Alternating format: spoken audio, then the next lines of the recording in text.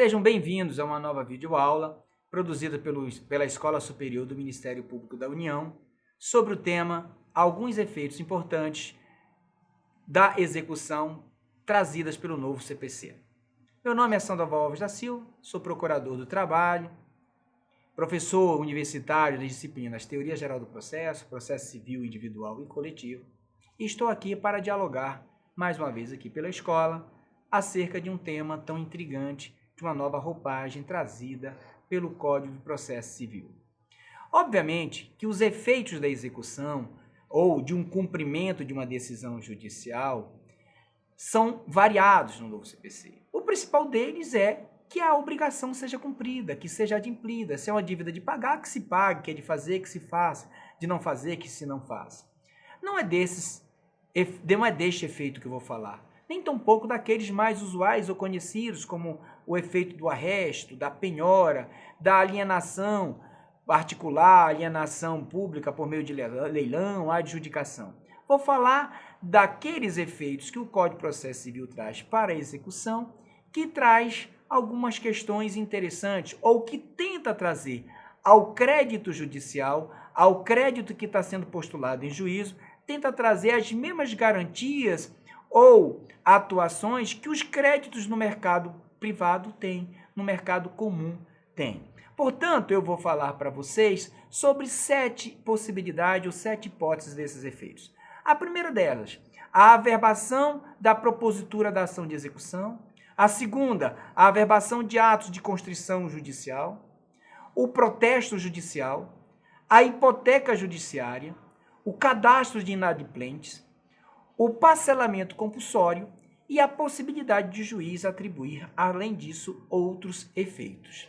Assim, se nós verificarmos no novo CPC, a primeira delas, do que eu falei, está prevista no artigo 799 do Código de Processo Civil, que diz que incumbe à parte, o que é o exequente, incumbe ao exequente, proceder à averbação do registro público da propositura da execução.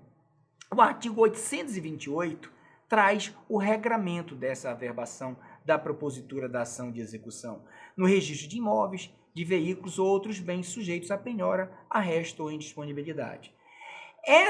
Esse efeito processual, ele é provisório, ele não é definitivo.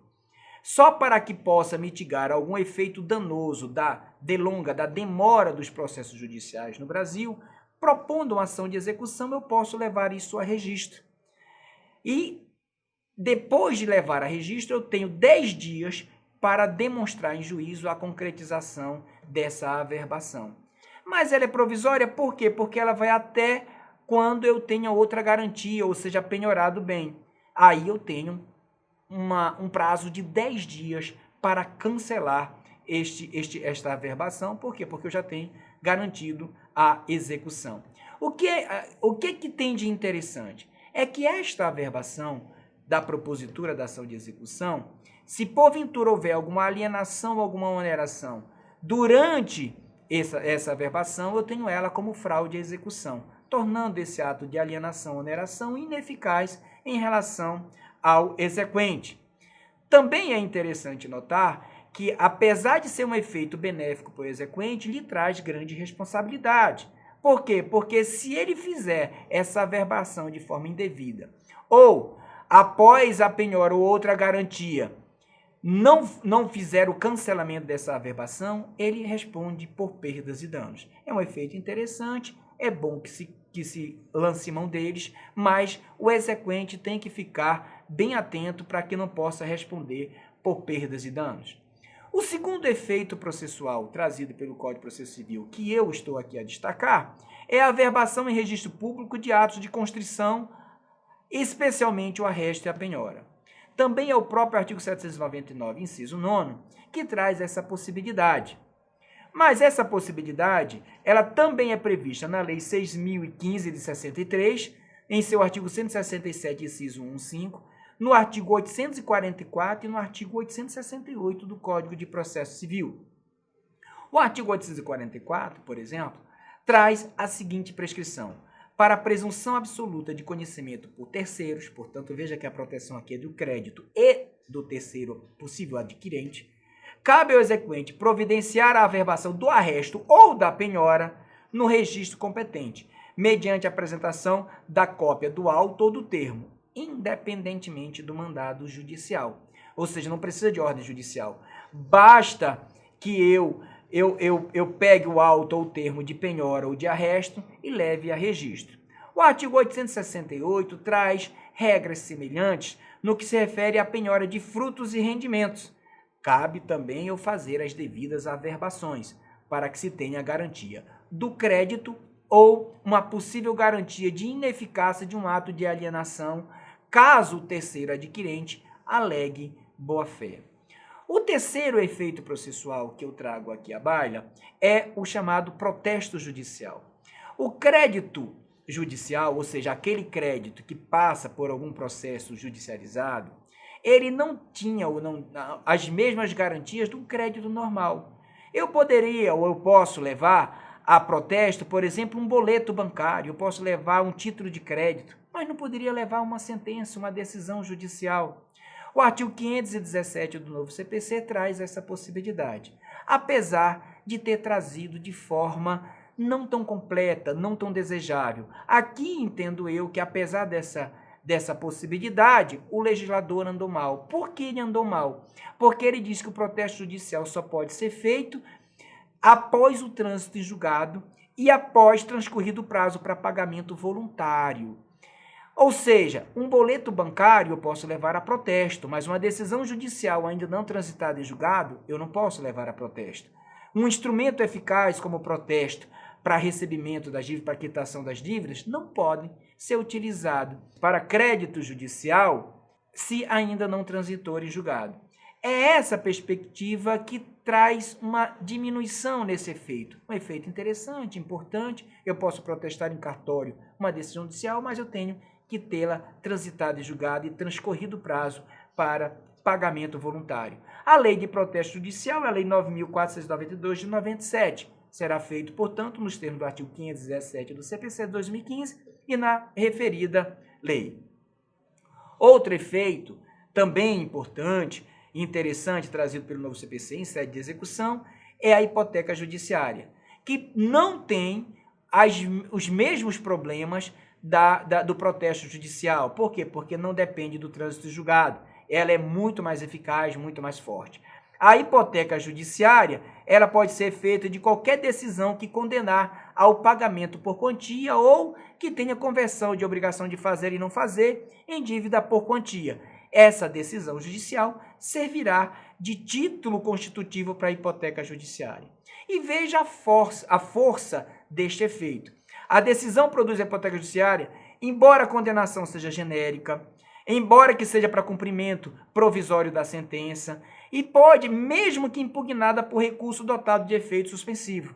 Logo, o efeito suspensivo dado a um recurso contra uma decisão judiciária que condene a obrigação de pagar ou obrigação por quantia, esse efeito suspensivo do recurso não tem um condão de afastar a hipoteca judiciária. Mesmo assim, a hipoteca judiciária será feita. E independe de ordem judicial, de declaração expressa do juiz ou de demonstração de urgência. Basta a apresentação da cópia da sentença no cartório para que esse efeito processual produza os efeitos de garantia do crédito judiciário ou de possível venda ou terceiro adquirente de boa-fé.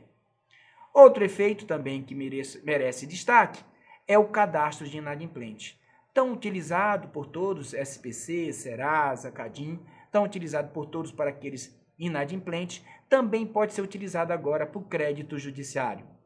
E que isso é trazido pelo artigo 782, parágrafos 3º e 4º, que diz que a requerimento da parte, o juiz pode determinar a inclusão do nome do executado em cadastro de inadimplente. E a inscrição, obviamente, será cancelada caso seja pago ou tenha alguma outra forma de extinção da execução. É interessante notar que, toponomicamente, o artigo 782 do CPC é execução por quantia certa de título executivo extrajudicial. Não estaria aqui voltado, em tese, para cumprimento de decisão judicial ou cumprimento de sentença. Porém, o parágrafo 5º do artigo 782 determina a sua aplicação na execução definitiva de título judicial. Assim, tanto sendo a obrigação de título judicial ou extrajudicial, eu posso utilizar como forma de reforçar o crédito, como forma de tentar receber esse crédito judiciário, fazer a inscrição no cadastro de inadimplente. Entendo eu que pode até contra a Fazenda Pública, ou a Fazenda Pública se valer disso daí para receber em suas execuções. Obviamente, quando a Fazenda Pública esteja sendo executada ou esteja inadimplente nessa perspectiva, ou quando uma Fazenda Pública esteja executando. Outro efeito importante é o parcelamento compulsório. O artigo 916 do CPC traz a possibilidade para o devedor de, depositando 30% do valor da dívida, acrescido das custas processuais e dos honorários, de ser parcelado o restante da dívida em 6 vezes. É uma bela solução, interessante, mas traz uma certa colisão com o artigo 314 do Código Civil, que diz que não pode ter o devedor obrigado ou o devedor ou credor obrigado a pagar ou a receber dívida diferente do ajustado. Mas aqui nós estamos diante de uma questão processual determinada em juízo. Não vejo por que o artigo 916 e 314 tem uma grande colisão. Ou seja, o 314 vale para o Código Civil e o 916 vale para as dívidas que estão sendo executadas ou em sede de cumprimento de decisão judicial. E o último tópico acerca desses efeitos que eu trago para vocês é o que eu chamo de efeitos atípicos da execução. Ou seja, o artigo 139, inciso 4 do Código de Processo Civil traz a seguinte prescrição: o juiz dirigirá o processo conforme a disposição deste Código, incumbindo-lhe 4. Determinar todas as medidas indutivas, coercitivas, mandamentais ou subrogatórias necessárias para assegurar o cumprimento da ordem judicial, inclusive, aí vem o detalhe, nas ações que tenham por objeto prestação pecuniária. Ou seja, o juiz pode adotar outras medidas, outros efeitos, pode aplicar multa combinatória, pode determinar interdição ou qualquer outra medida que ele julgar criativa para receber esse crédito. Como, por exemplo, o artigo 537, que é multa combinatória, que é para obrigação de fazer ou não fazer. O juiz pode lançar mão disso para obrigação por quantia.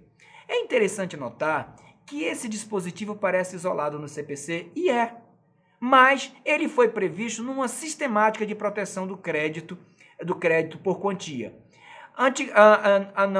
No Congresso Nacional, o projeto de lei do processo civil trazia toda uma sistemática de garantir todas as medidas de apoio para o cumprimento de decisão judicial de obrigação de fazer ou não fazer, como multa, remoção, ou de pessoas e bem ou coisas, ou qualquer outra medida de apoio que pudesse ser adotadas para as execuções ou cumprimento de decisão judicial por quantia. Isso foi retirado no projeto de lei, no processo legislativo, porém esqueceram de terminar de acabar ou de tirar o 139, inciso 4. Por graça ou desgraça, ele está aqui e creio eu que seja mais por graça, devemos dar alguma amplitude, algum sentido a esse dispositivo. Não sei como a doutrina e a jurisprudência vão se portar, mas deve dar. Não tem razão de o patrimônio ser melhor protegido do que a liberdade. Veja, para a obrigação de fazer ou não fazer, onde o principal objeto de ataque é a liberdade, eu tenho vários instrumentos, várias medidas.